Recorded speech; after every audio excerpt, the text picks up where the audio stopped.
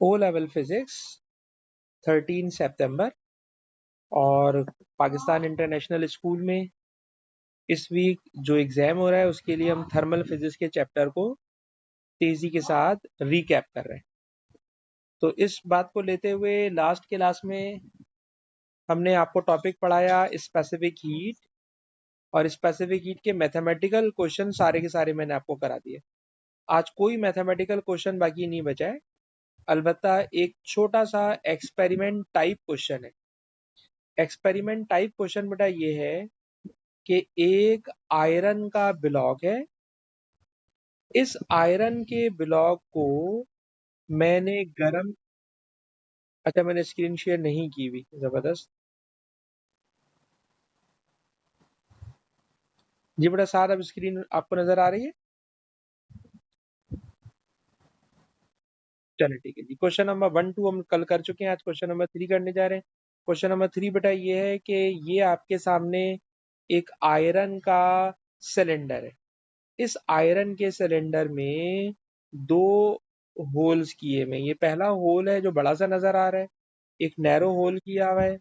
इस narrow whole में thermometer लगा दिया है और इस बड़े वाले होल में एक हीटर लगा दिया है।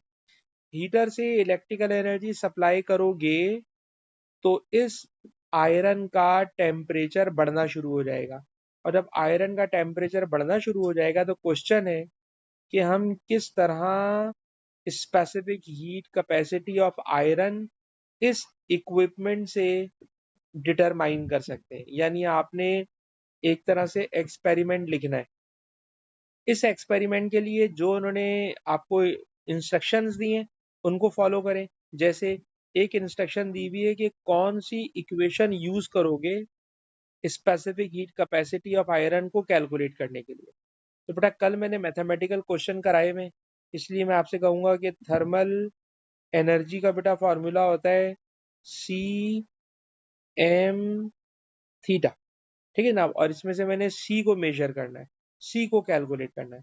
फिर लेफ्ट साइड पे लिखा हुआ है क्यू, तो इस क्यू यानी थर्मल एनर्जी का फॉर्मूला होता है बेटा पावर इनटू टाइम। अब्दुल्ला भी आ गया। पावर इनटू टाइम, तो thermal energy power into time equal to C M theta, ये मेरे पास फॉर्मूला है। इस फॉर्मूले में से बेटा अगर मैंने सी कैलकुलेट करना है तो पहले बेटा मैं सी को सब्जेक्ट बनाऊंगा।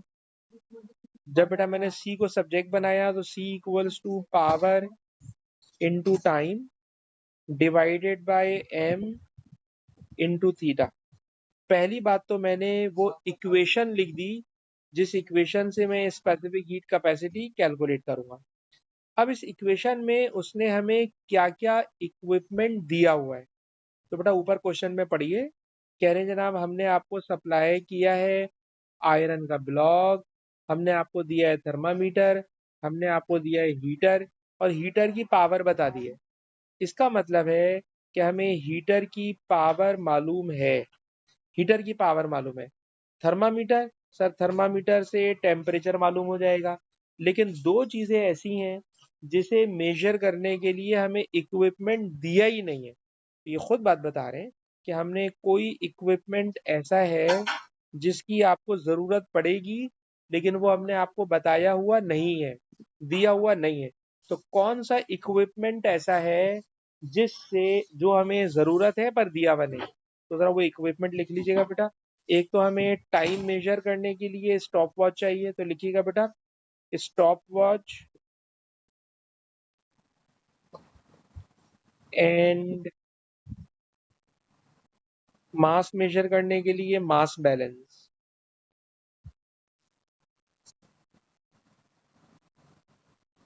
Are needed.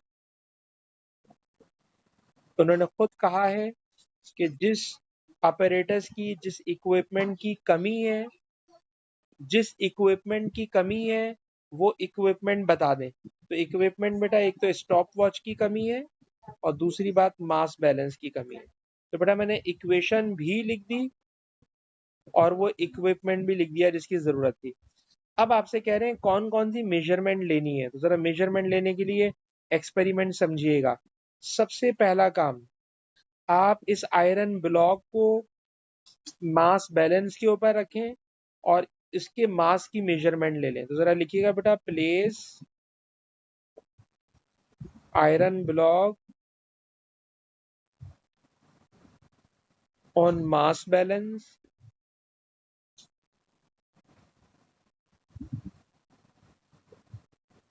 Take its measurement. तो मास बैलेंस पे रखोगे तो जाहिर सी बात है कि मास की मेजरमेंट आ जाएगी। ठीक है ना। अब number 1। Number 2,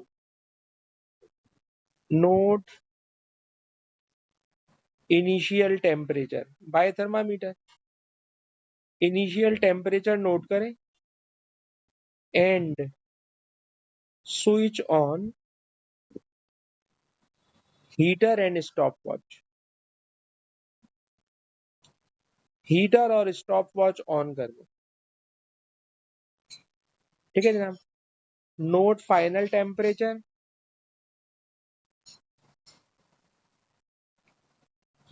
note final temperature after time T. ठीक है जनाब। एक सर्टेन टाइम है, टाइम टी, वो टाइम टी आपको स्टॉप वॉच से मिल जाएगा। ठीक है जनाब। Final temperature, initial temperature theta मिल जाएगा। मास बैलेंस से मास की वैल्यू मिल जाएगी। पावर सप्लाई उसने खुद दी हुई है, तो आप इस इक्वेशन से कैलकुलेट कर सकते हो, मेजर कर सकते हो specific heat capacity of iron block. तो बेटा ये पूरा एक्सपेरिमेंट लिखने वाला सवाल था जो मैंने आपको कल नहीं कराया था। इसके अलावा एक और क्वेश्चन है इस ग्राफ में। देखिए बेटा ग्राफ में क्या हो रहा है। ग्राफ बेटा ये है कि आपके पास एक मेटल स्पून है। इस मेटल स्पून को बॉइलिंग वाटर में डाल दिया है। बॉइलिंग वाटर का टेम्परेचर 100 सेंटीग्रेड होता है। कहते हैं इसको बॉइलिंग वाटर से निकाल कर इन्होंने सराउंडिंग में बाहर फॉर एग्जाम्पल टेबल पे लाके रख दिया, तो इसका टेम्परेचर सराउंडिंग के टेम्परेचर के बराबर हो जाएगा कुछ देर के बाद। इसका फाइनल टेम्परेचर 22 हो जाएगा। क्वेश्चन है इनिशियल टेम्परेचर 100, फाइनल टेम्परेचर 22। अब ये जो टेम्परेचर का फॉल है, क्या ये कांस्टेंट रेट से होगा, डिक्रीजिंग रेट से होगा, इंक्रीजिंग रेट से होगा, क्या तरीका होगा? तो गौर से सुनिएगा। याद रखिएगा, जब टेम्परेचर फॉल करता है तो टेम्परेचर का फॉल शुरू में बहुत फास्ट होता है और जैसे जैसे टाइम गुजरता रहता है ये ग्रेजुअली स्लो होता चला जाता है। टेम्परेचर शुरू में बहुत तेजी के साथ गिरेगा और अब तेजी के साथ गिरेगा तो आप शुरू में टेम्परेचर का फॉल बहुत तेजी के साथ दिखाइए और उसके बाद फिर इसको स्लो कर दीजिए।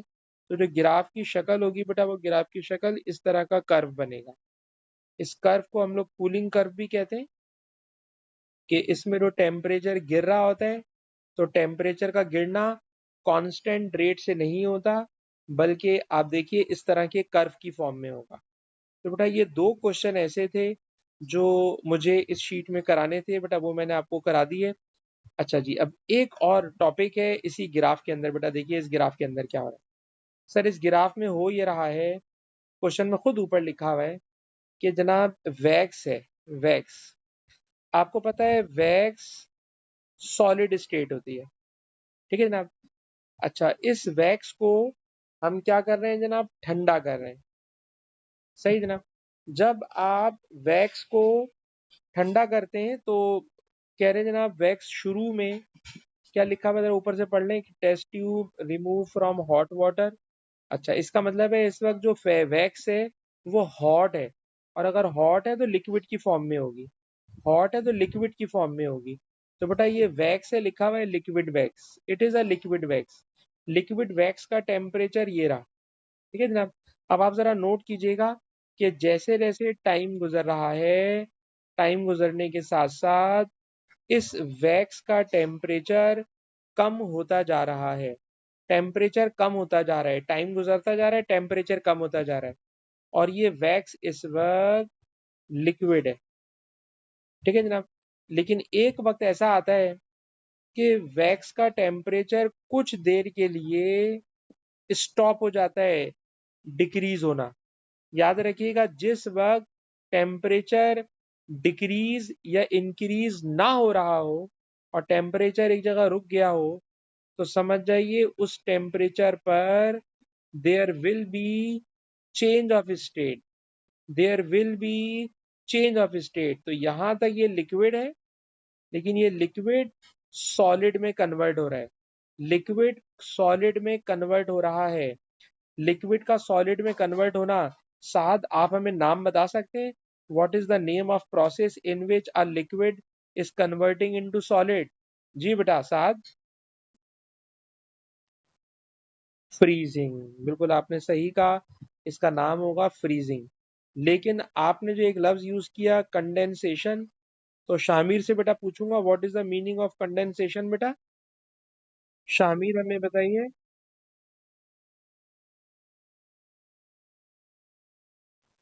लिक्विड, सही। गैस यानी वेपर्स कन्वर्ट हो रहे होते हैं लिक्विड में, ठीक है जनाब, कंडेंसेशन में। और फ्रीजिंग में लिक्विड से सॉलिड में, और उसके बाद फर्दर टेम्परेचर नीचे जा रहा है। क्वेश्चन ये, इस क्वेश्चन में सिर्फ ये कि इस ग्राफ में देखकर मेल्टिंग पॉइंट बताएं। तो याद रखिएगा फ्रीजिंग पॉइंट और मेल्टिंग पॉइंट की वैल्यू हमेशा सेम होती है। तो साथ क्या आप हमें ग्राफ पढ़ के बता सकते हैं कि इसका फ्रीजिंग पॉइंट कितना है साथ?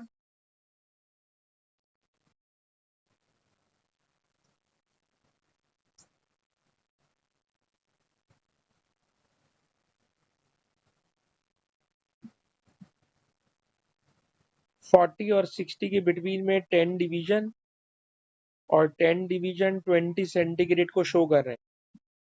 तो एक डिवीजन बेटा 2 का है, अगर एक डिवीजन 2 का है तो ये 60, ये 58, ये 56। तो जो टेम्परेचर का ग्राफ है बेटा वो 58 और 56 के बिटवीन में आ रहा है। अगर बिटवीन में आ रहा है तो this is 57 centigrade, this is 57 degree centigrade. खाली मेल्टिंग पॉइंट पूछ रहा है बेटा, और कुछ भी नहीं पूछ रहा है इस सवाल, सिर्फ मेल्टिंग पॉइंट पूछ रहा है। अच्छा जनाब, सॉलिड लिक्विड गैस का डिफरेंस बेटा आपको केमिस्ट्री की टीचर ने बहुत पढ़ाया होता है, इसलिए मुझे नहीं समझ में आ रहा कि मुझे इस तरह का कोई सवाल उठाना चाहिए। तो बेटा स्पेसिफिक हीट कैपेसिटी की इस शीट को मैं यहीं पे स्टॉप कर रहा हूं, और अब हम आपको थर्मल फिजिक्स में एक और टॉपिक की तरफ ले जाना चाहते हैं। टॉपिक का नाम है what is the difference between boiling and evaporation. It is thermal properties, heading is boiling और इवेपोरेशन का डिफरेंस।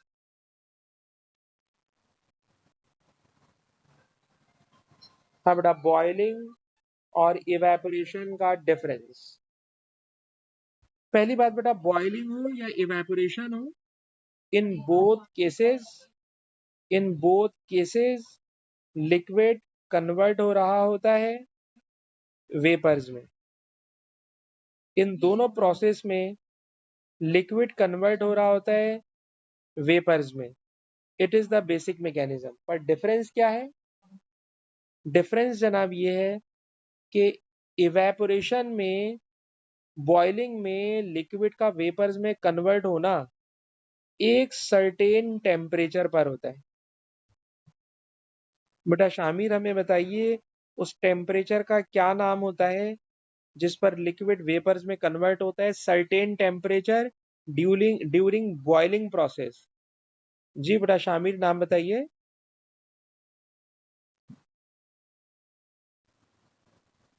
उस सर्टेन टेम्परेचर का बेटा नाम होता है बॉइलिंग पॉइंट। बॉइलिंग पॉइंट वो सर्टेन टेम्परेचर होता है जिस पर पहुंचकर लिक्विड वेपर्स में कन्वर्ट होता है। लेकिन इवेपोरेशन बेटा एक ऐसा प्रोसेस है कि कोई भी टेम्परेचर हो, इवेपोरेशन हर टेम्परेचर पर हो रहा होता है। ये अलग बात है कि evaporation is a very slow process, बहुत आहिस्ता आहिस्ता होता है, जबकि बॉइलिंग एक बहुत फास्ट प्रोसेस है। मतलब अगर आप एक गिलास पानी को टेबल पे रख के छोड़ दें तो पानी इवेपोरेट होगा, लेकिन इतना स्लो कि आप 10 घंटे बाद भी चेक करोगे तो शायद देखने में लगे कि पानी उतना ही है। लेकिन अगर ये पानी चूल्हे पे रखा हुआ बॉईल हो रहा हो तो 10 घंटे बाद तो नहीं, 10 मिनट के बाद ही सारा का सारा पानी बॉयल होकर इवेपोरेट हो जाएगा। इवेपोरेट का मतलब वेपर्स में कन्वर्ट हो जाएगा। Boiling is a very fast process. Boiling में वेपोराइजेशन बहुत फास्ट होती है। बॉइलिंग में लिक्विड का वेपर्स में कन्वर्ट होना बहुत फास्ट होता है, जबकि evaporation is a very slow process. कहते हैं जनाब, इवेपोरेशन जब कभी बेटा हो रहा होता है ना, तो इवेपोरेशन में कोई बबल्स नहीं बनते। गिलास में पानी रखा हुआ है, पानी इवेपोरेट हो रहा है, but this process is so slow कि ना तो पानी इवेपोरेट होता हुआ पता चलेगा, ना उसके अंदर बबल्स बन रहे होंगे। लेकिन बॉइलिंग में इतनी तेजी के साथ ये प्रोसेस चल रहा होता है और पूरे लिक्विड में बबल्स ऊपर से नीचे भाग रहे होते हैं। आखिरी बात, इवेपोरेशन सिर्फ और सिर्फ ऑन द सरफेस होता है। इवेपोरेशन में सिर्फ वो पानी के लिक्विड वेपर्स में कन्वर्ट होते हैं जो ऑन द सरफेस होते हैं। लेकिन बॉइलिंग में आप देखें, बबल नीचे से बन के ऊपर भाग रहे होते हैं। और हम कह सकते हैं कि जो बॉइलिंग का प्रोसेस होता है वो थ्रू होल लिक्विड हो रहा होता है। पूरे लिक्विड में बॉइलिंग का प्रोसेस हो रहा होता है। फिर बॉइलिंग में हमें कोई प्रॉपर हीट सोर्स चाहिए होता है जो keep on supply heat energy. Flame चाहिए, हीटर चाहिए, कोई ऐसा प्रॉपर सिस्टम चाहिए जो मुसलसल हीट प्रोवाइड करके बॉइलिंग के प्रोसेस को मेंटेन रखे। जबकि इवेपोरेशन में कोई हीट का सोर्स नहीं चाहिए होता, बल्कि जो लिक्विड होता है वो लिक्विड हीट को एब्जॉर्ब करता है फ्रॉम सराउंडिंग।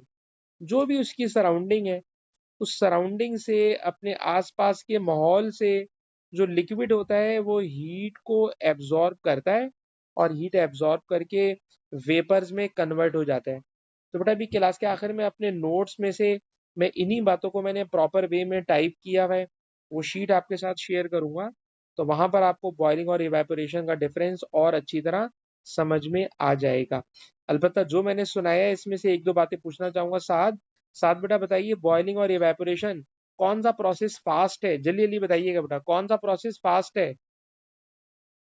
बताइए कौन सा प्रोसेस हर टेम्परेचर पर हो रहा होता है? बताइए कौन सा प्रोसेस है जिसमें हीट सोर्स होना लाजमी है? ठीक है जना। अरे जना बेटा नई हेडिंग दीजिएगा, rate of evaporation depends upon following factors. Evaporation किन फैक्टर्स पे डिपेंड करता है और कब स्लो होता है और कब फास्ट होता है? तो नेक्स्ट हेडिंग है, rate of evaporation depends upon following factors. कौन कौन से फैक्टर्स हैं? तो जरा फैक्टर सुनिएगा। फैक्टर नंबर 1 कहते हैं तमाम लिक्विड्स का इवेपोरेशन एक ही स्पीड से नहीं होता।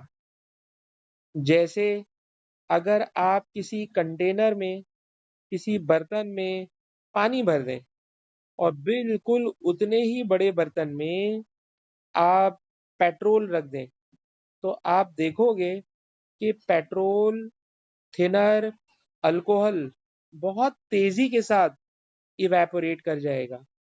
अल्कोहल, पेट्रोल, इस तरह के लिक्विड बहुत तेजी के साथ इवेपोरेट कर जाते हैं।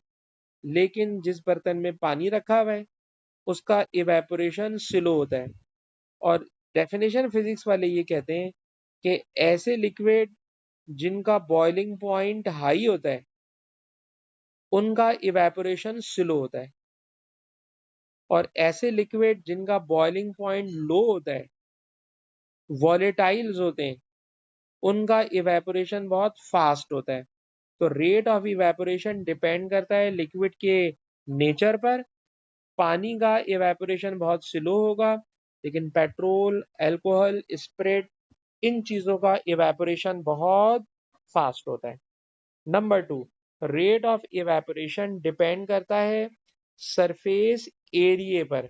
सरफेस एरिया का मतलब, अगर पानी इतने बड़े बर्तन में है और अगर पानी इतने बड़े बर्तन में है, इन दोनों बर्तनों में जो मैंने डिफरेंस रखा है वो सरफेस एरिया का भी रखा है और डेप्थ का भी रखा है। तो पहली बात तो याद रखिएगा, इवेपोरेशन का डेप्थ से कोई कनेक्शन नहीं है। सिर्फ काम की बात है कि how much surface area of liquid exposed with air, sir liquid का कितना सरफेस एरिया एयर के साथ एक्सपोज्ड है। तो अगर आप कंटेनर ए में देखें तो लिक्विड का बहुत बड़ा सरफेस एरिया एयर के साथ एक्सपोज है, और कंटेनर बी में देखें तो बहुत थोड़ा सा सरफेस एरिया एयर के साथ एक्सपोज्ड है। तो जहां सरफेस एरिया ज्यादा है वहां रेट ऑफ इवेपोरेशन फास्ट होगा, जहां सरफेस एरिया कम है वहां रेट ऑफ इवेपोरेशन स्लो होगा। आप इस तरह समझ लें कि अगर किसी स्ट्रीट में किसी जगह पानी खड़ा हुआ है तो हम चाहते हैं कि ये पानी जल्दी से ख़त्म हो जाए ताकि लोगों को आने जाने में आसानी हो जाए। तो हम यूजुअली करते ये हैं कि उस लिक्विड को, उस पानी को स्प्रेड कर देते हैं। जितना ज़्यादा स्प्रेड कर देंगे सरफेस एरिया बढ़ जाएगा, इवेपोरेशन ऑटोमेटिकली फास्ट हो जाएगा। तो रेट ऑफ इवेपोरेशन डिपेंड करता है सरफेस एरिया पर।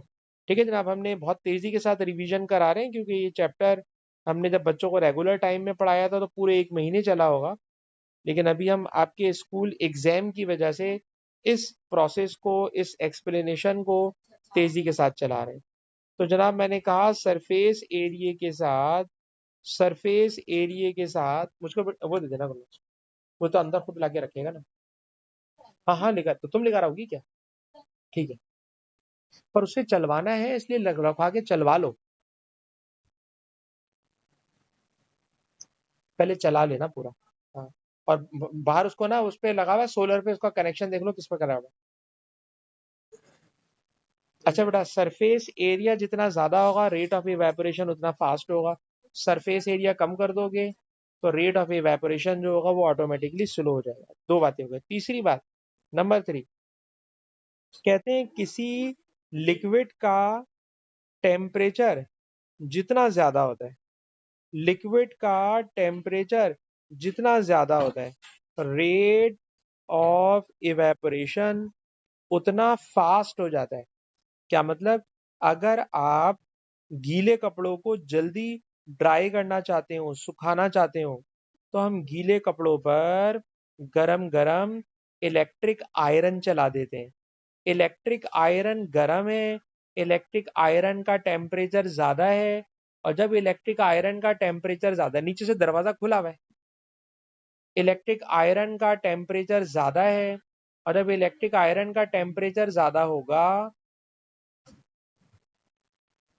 तो रेट ऑफ इवेपोरेशन उतना फास्ट हो जाएगा। ठीक है जनाब। अच्छा, इसी तरीके से बेटा जो हेयर ड्रायर होता है, तो हेयर ड्रायर में भी अंदर जो हीटर लगा हुआ होता है वो गर्म हवा थ्रो करता है, और जितना गर्म हवा थ्रो करता है इवेपोरेशन उतना फास्ट हो जाता है, और हमारे गीले बाल उतनी जल्दी ड्राई हो जाते हैं। तो टेम्परेचर हाई होगा तो rate of evaporation automatically fast हो जाएगा। Number 4, wind blow. जितनी तेज हवा चलेगी, जितनी तेज हवा चलेगी उतना तेजी के साथ इवेपोरेशन होता है। जितनी तेज हवा चलेगी उतनी तेजी के साथ इवेपोरेशन होता है। तो हम पाकिस्तान में जब घरों में पोछा लगता है और फर्श गीला होता है तो उस गीले फर्श को ड्राई करने के लिए पंखे चला देते हैं। तो पंखे चलने से जब तेज हवा चलती है तो तेज हवा चलने से इवेपोरेशन फास्ट हो जाती है और जल्दी से जो पानी होता है वो ड्राई हो जाता है। इसी तरह अगर कपड़ों को सुखाना हो तो कपड़ों को सुखाने के लिए जहां इलेक्ट्रिक आयरन वाला प्रोसेस बताया, इसी तरह अगर हम गीले कपड़ों को पंखा चला दें तो पंखा चलने से जब विंड ब्लो करेगी तेजी के साथ तो तेज हवा का चलना गीले कपड़ों को भी सुखा देगा। तो विंड ब्लो करने से भी रेट ऑफ इवेपोरेशन फास्ट हो जाता है। Number 5, dryness of air. Number 5, dryness of air. आप लोग बेटा जिस इलाकों में रहते हो, सऊदी अरब में, दुबई में, वहां तो बेटा वैसे ही हवा बहुत ज्यादा ड्राई होती है, टेम्परेचर बहुत ज्यादा हाई होता है। तो ड्राइनेस बेटा जितनी ज्यादा होगी, वहां पे रेट ऑफ इवेपोरेशन उतना ही फास्ट होगा। ड्राइनेस ऑफ एयर का मतलब एयर में एयर में वाटर की कंसंट्रेशन का कम होना। अगर एयर में वाटर कम है तो हम कहते हैं ड्राइनेस ऑफ एयर ज्यादा है। ड्राइनेस ऑफ एयर ज्यादा होगी तो रेट ऑफ इवेपोरेशन फास्ट हो जाएगा। अच्छा, ड्राइनेस ऑफ एयर के अगेंस्ट में एक और लफ्ज डेली लाइफ में भी बोला जाता है, दैट इज कॉल्ड ह्यूमिडिटी। एक और टर्म बेटा बोली जाती है, एक और लफ्ज बोला जाता है, ह्यूमिडिटी। ह्यूमिडिटी का क्या मतलब होता है? सर, ह्यूमिडिटी का मतलब होता है एयर में वाटर की कंसंट्रेशन का ज्यादा होना। It is called humidity. क्या मतलब? जब बारिश होती है तो बारिश के बाद हवा में पानी के वेपर्स की कंसंट्रेशन ज्यादा होती है, तो हम कहते हैं एयर में ह्यूमिडिटी ज्यादा है। या जब आप वॉशरूम में नहाते हो तो नहाने में भी जो पानी हमारी बॉडी से टकराकर उड़ता है तो वो भी वेपोराइज हो जाता है। दरवाजा बंद है तो वो जो वेपर्स हैं वो वॉशरूम से बाहर जा नहीं पा रहे, तो वॉशरूम जितनी देर तक बंद रहेगा वहां पर वेपर्स के मॉलिक्यूल, पानी के मॉलिक्यूल उसमें ट्रैप रहेंगे, और ट्रैप रहने की वजह से अंदर की एयर में ह्यूमिडिटी बढ़ी रहेगी। और जितनी ज्यादा ह्यूमिडिटी होती है, रेट ऑफ इवेपोरेशन उतना स्लो हो जाता है। तो ह्यूमिडिटी अगेंस्ट या एंटोनियम है ड्राइनेस ऑफ एयर का। इजी वर्ड है ड्राइनेस। जितनी ज्यादा एयर ड्राई होगी, रेट ऑफ इवेपोरेशन उतना स्लो हो जाएगा। और अब जनाब बिल्कुल आखिरी process, that is atmospheric pressure. That is atmospheric pressure. Sir, atmospheric pressure का क्या कनेक्शन है? एटमॉस्फेरिक प्रेशर का क्या कनेक्शन है इस इवेपोरेशन के साथ? तो आइए उस तरफ चलते हैं। कहते हैं, जब किसी लिक्विड में जब किसी लिक्विड को किसी कंटेनर में आप बंद करते हैं, तो फॉर एग्जांपल ये लिक्विड की सरफेस है। इस लिक्विड की सरफेस पर जितने वाटर के मॉलिक्यूल्स होते हैं, ये वाटर के मॉलिक्यूल सरफेस पर से ऊपर उड़ जाने की कोशिश कर रहे होते हैं, लेकिन इन तमाम पार्टिकल्स को कंट्रोल करता है ऊपर से मौजूद एटमॉस्फेरिक प्रेशर। हवा का बेटा जो प्रेशर है, हमारी जमीन के अराउंड नेचर ने जमीन को चारों तरफ से हवा से बाउंड किया हुआ है। हवा के प्रेशर को बेटा बोलते हैं एटमॉस्फेरिक प्रेशर। और ये एटमॉस्फेरिक प्रेशर वाटर के मॉलिक्यूल्स को हवा में उड़ने से रोक रहा होता है। तो ये एटमॉस्फेरिक प्रेशर जितना ज्यादा होगा, रेट ऑफ इवेपोरेशन उतना स्लो हो जाएगा। अच्छा, अब इस चीज को हम डेली लाइफ में लेकर आते हैं। डेली लाइफ में लाने के लिए अगर मैं आपसे कहूं कि फॉर एग्जांपल बेटा ये हमारी जमीन है, इस जमीन पर इस जमीन पर ठीक है जनाब, इस जमीन पर आपको पता है जमीन के चारों तरफ नेचर ने क्या रखा हुआ है जनाब? जमीन के चारों तरफ नेचर ने एटमॉस्फेयर है, हवा है। फॉर एग्जाम्पल ये कोई पहाड़ है, अब आप जरा गौर कीजिए कि ये एटमॉस्फेयर मैंने पहाड़ के ऊपर भी बना दिया और ये एटमॉस्फेयर मैंने जमीन के ऊपर भी बना दिया। इससे ज्यादा हम कलरिंग नहीं कर सकते। अच्छा, फॉर एग्जाम्पल इतना एटमॉस्फेयर है जिसने जमीन को चारों तरफ से कवर किया हुआ है। ठीक है जनाब। अच्छा, मैं कराची में रहता हूँ, तो कराची जनाब समंदर के लेवल पर है। कोई मरी में रहता है, तो मरी एक माउंटेनियन एरिया है जो जमीन से बहुत ज्यादा बुलंदी पर है। जब वो जमीन से ज्यादा बुलंदी पर है तो मरी के ऊपर हवा का प्रेशर कम होगा। मरी के ऊपर हवा का प्रेशर कम होगा। जबकि अगर हम बात करें अगर हम बात करें कराची की, तो कराची पर हवा का प्रेशर ज्यादा होगा। तो कराची में हवा का प्रेशर ज्यादा है, एटमॉस्फेरिक प्रेशर ज्यादा है, इसलिए पानी 100 सेंटीग्रेड पर बॉयल होता है और इवेपोरेशन भी कंपैरेटिवली स्लो होता है। लेकिन अगर आप माउंटेन एरिया में चले जाएं तो जितना हम ऊपर जा रहे होते हैं एटमॉस्फेरिक प्रेशर उतना कम हो रहा होता है। एटमॉस्फेरिक प्रेशर कम होगा तो याद रखिएगा मरी में इवेपोरेशन बहुत फास्ट होगा, क्योंकि वहां पर एटमॉस्फेरिक प्रेशर कम है। जब एटमॉस्फेरिक प्रेशर कम होता है तो रेट ऑफ इवेपोरेशन फास्ट हो जाता है। कराची में एटमॉस्फेरिक प्रेशर ज्यादा है, यहाँ पर रेट ऑफ इवेपोरेशन स्लो होगा। तो बेटा मैंने जितनी बातें बोली इन बातों को तेजी के साथ रिपीट कर रहा हूँ, और अब आप तीनों स्टूडेंट से बारी बारी सवाल करूंगा। बेटा सदीम, हमें नहीं पता कि आपने इतनी लेट क्लास बेटा क्यों ज्वाइन की है, तो बेटा टाइम पे ज्वाइन करना चाहिए ना क्लास को। तो बेटा जरा जल्दी जल्दी से सुनिएगा सारी बातों को। अच्छा सदीम, आप भी पाकिस्तान इंटरनेशनल स्कूल के स्टूडेंट है या कहीं और के स्टूडेंट है? सदीम बेटा, अच्छा आप वहाँ के नहीं है, फिर ठीक है, फिर ठीक है। मैं समझा आप वहीं के हैं, तो इसलिए मुझे फिक्र हो रही थी कि आपका अगर एग्जाम 19 को है तो आपको इसको फोकस करना चाहिए। ठीक है बेटा सदीम, जहन में रखूंगा, आइंदा कोशिश करूंगा। अच्छा बेटा, हमारी बात यूं हो रही थी, क्वेश्चन हमारा ये चल रहा था। पहली बात, बॉइलिंग और इवेपोरेशन में क्या डिफरेंस है? सर बॉइलिंग सर्टेन टेम्परेचर पर होता है, इवेपोरेशन हर टेम्परेचर पर होता है। बॉइलिंग बहुत तेज होती है, इवेपोरेशन बहुत स्लो होती है। बबल्स बनते हैं बॉइलिंग प्रोसेस में, इवेपोरेशन में कोई बबल नहीं बनते। इवेपोरेशन के लिए कोई हीट सोर्स नहीं चाहिए होता, वो सराउंडिंग से हीट एब्जॉर्ब कर लेता है। बॉइलिंग करने के लिए हीटर चाहिए, हीट सोर्स चाहिए।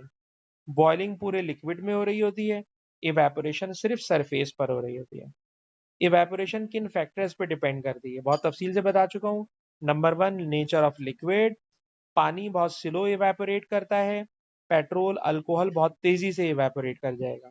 सरफेस एरिया, जितना बड़ा सरफेस एरिया होगा रेट ऑफ इवेपोरेशन उतना फास्ट होगा, और जितना कम सरफेस एरिया होगा डेप्थ से कोई फर्क नहीं पड़ता, सरफेस एरिया कम तो rate of evaporation come. Temperature, sir जितना हाई टेम्परेचर होता है रेट ऑफ इवेपोरेशन उतना फास्ट हो जाता है। हेयर ड्रायर से जब हम अपने बालों को ड्राई करना चाहते हैं तो उससे विंड भी बिलो हो रही होती है, टेम्परेचर भी हाई होता है। दोनों चीजें मिलाने की वजह से एवेपोरेशन इतनी फास्ट होती है कि हमारे बाल बहुत तेजी के साथ ड्राई हो जाते हैं। और अगर गीले कपड़ों पे भी हेयर ड्रायर कर दूं तो जाहिर सी बात है हाई टेम्परेचर विंड ब्लो दोनों मिलके कपड़ों को बहुत जल्दी ड्राई कर देंगे। लेकिन यूजुअली टेम्परेचर हाई करने के लिए, कपड़ों को ड्राई करने के लिए इलेक्ट्रिक आयरन कर लिया करते हैं। ड्राइनेस ऑफ एयर, जितनी ज्यादा एयर ड्राई होगी इवेपोरेशन उतना फास्ट होगा।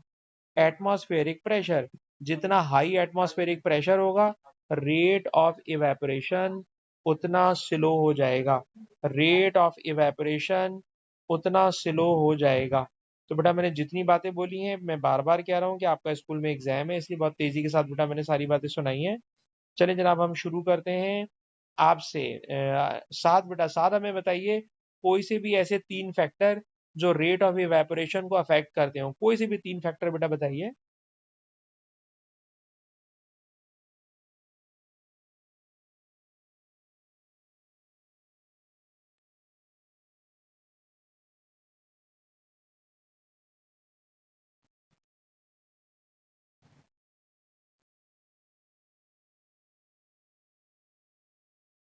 बेहतरीन हो गया जी, बेहतरीन हो गया। अच्छा बेटा, मैंने आपसे कहा था कि मैं क्लास के आखिर में आपको नोट्स दूंगा, ताकि आप नोट्स में से अगर इसको देखना चाहें तो ज़्यादा प्रॉपर वर्डिंग में मैंने लिखा हुआ है।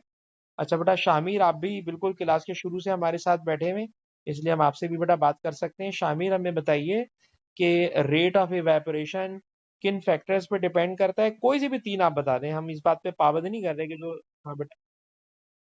हाँ। अच्छा, सिर्फ ह्यूमिडिटी का मतलब बता दें, ह्यूमिडिटी क्या चीज़ होती है? सही। ये बताइए इवेपोरेशन कराची में स्लो होगा या मरी में? कराची हाई एटमॉस्फेयर है, ठीक है जनाब। अच्छा बेटा, ये मैंने जो नोट्स भेजे हैं, नोट्स के अंदर जो बातें मैंने अभी की पॉइंट की फॉर्म में लिखी है बेटा, उन्हीं बातों को मैंने प्रॉपर नोट्स की फॉर्म में लिखा हुआ है और ये वीडियो भी रिकॉर्ड कर रहा हूँ। तो कोई बच्चा चाहे तो वीडियो को रोक कर ज़ाहिर सी बात है इस चीज़ को आराम से देख सकता है। इसके अलावा बॉइलिंग और इवेपोरेशन का डिफरेंस है, ये भी बेटा आप नोट्स के थ्रू देख सकते हैं। और इसके अलावा जो शीट अभी मैंने पूरी की पूरी सॉल्व करवाई है, इससे पहले मैंने रीड एंड राइट की बुक में एक शीट को बेटा मैं सॉल्व कर रहा था, वो शीट भी अभी मैं आपके साथ हाथ के हाथ शेयर कर रहा हूँ। इसके अंदर भी मैंने कुछ क्वेश्चंस कराए। आई होप कि आप इन सारी बातों को जहन में रखेंगे और इंशाल्लाह 19 सितंबर को अपने स्कूल का बेहतरीन एग्जाम दे सकेंगे। तो बेटा इस रिकॉर्डिंग को मैं यहीं पे स्टॉप कर रहा हूँ।